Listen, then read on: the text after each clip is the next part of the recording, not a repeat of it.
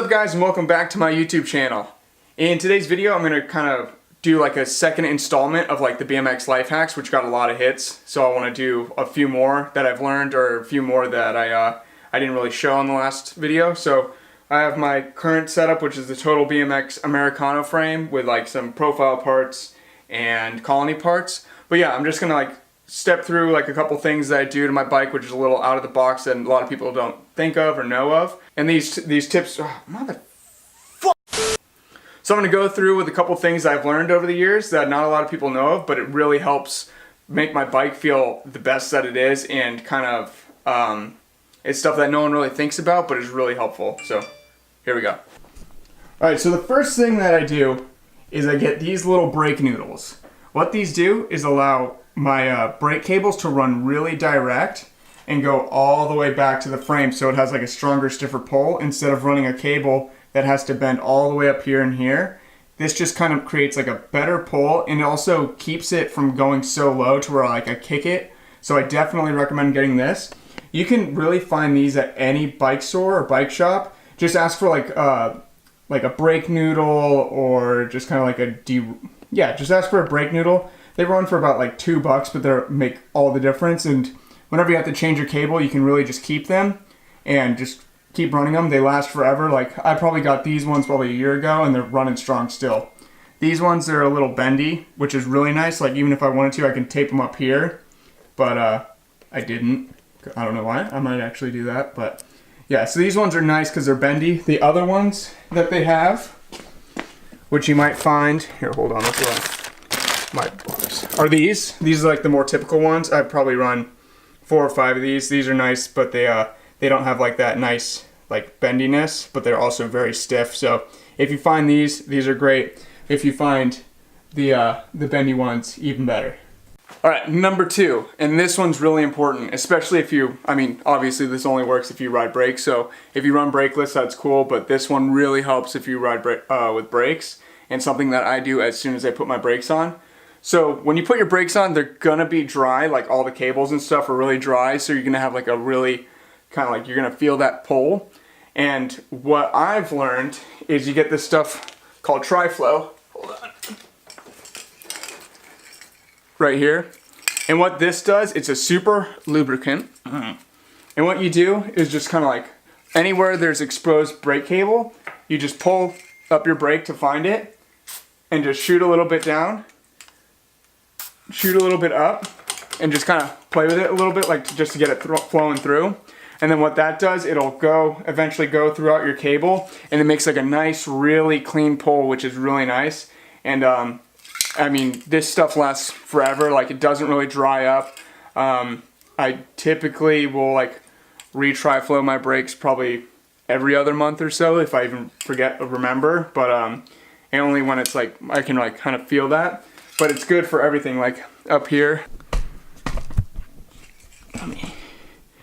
Up here in the brake, like right in that joint area.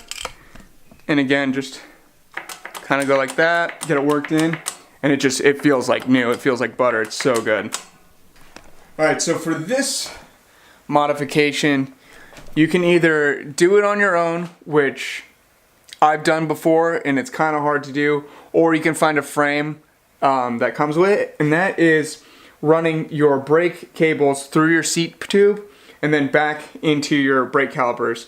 Doing it on your own is pretty easy, but it doesn't look as good because like this one is tapped nicely, and it has like this little bezel, and it has like a nice hole that goes through it, so it's obviously made for it. I know that obviously the Total Americano has it. I know Mike Laird does them really well, so you can go the route of like having a frame that comes with it, or you can do it yourself. The way I did it was I just took a drill bit, marked off, like I just took my cables that were just empty, just the housing, put them here where I wanted them, marked them off with a Sharpie, and then just took a drilled through it, and then I got a tap and die kit, and I just tapped here, and then I just ran my barrel adjusters into it. It takes a little bit more time to do that. It gives you a little bit more room to mess up on. Another way of doing it is just drilling in and then running your cables all the way back to the other side, like the cable housing all the way through, and then having your cables come out the other end. that's easier to do. The only thing that I don't like about it is you don't have your barrel adjusters, obviously, which help you really fine tune your brakes. So you can do it yourself, or you can also find a frame that has it. I completely recommend it because it's great, it's clean, and it looks nice.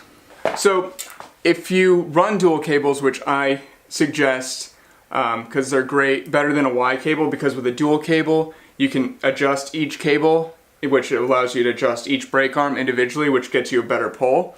But if you run that and you have the London mod, those things are really bulky and they're really chunky. I used to run one and I kicked it off, which sucked, and it's no fun. So what I did before I drilled the seat post, which I really recommend, but this is if you don't have a drill or you don't have the funds to get a new frame. What I did is you can find these, I believe, on Albies or Dance Comp. They're called, this one was at least called the Stolen Brass Knuckle Mod. So if you look at this thing, what it does is it's a one-piece brake tab that replaces the London mod, and then what you do is you can run your barrel adjusters right into it, and so that way it's a lot lower profile when you, here look.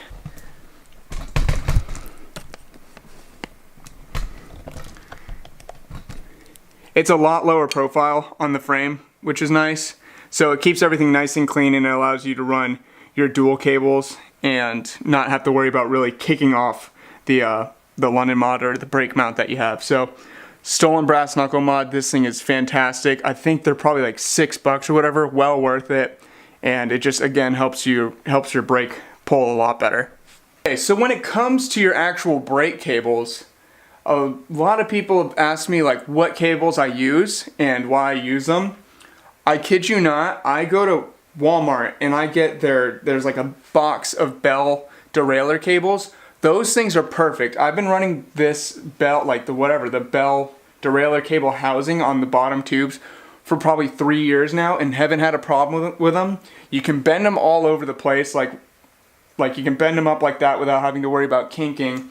They're stiff, they have a good pull to them, and the cables themselves are strong. And like with most cables, when you put them in, you'll have to wait a while for them to stretch out, then readjust. These things barely stretch out, like they just are basically come stretched out, so you don't have to readjust your brakes. Like as soon as you put them on, they're basically done. There just might be a minor tweaking here and there in your barrel adjusters, but other than that, they are perfect. Hands down, the Bell brake cables from Walmart are the best cables to find for a BMX, and I fully endorse them. Okay, second to last, it's not really a modification, but it's just something that I do to help my bike feel a lot better, and that is when it comes to my actual brakes and how they stop.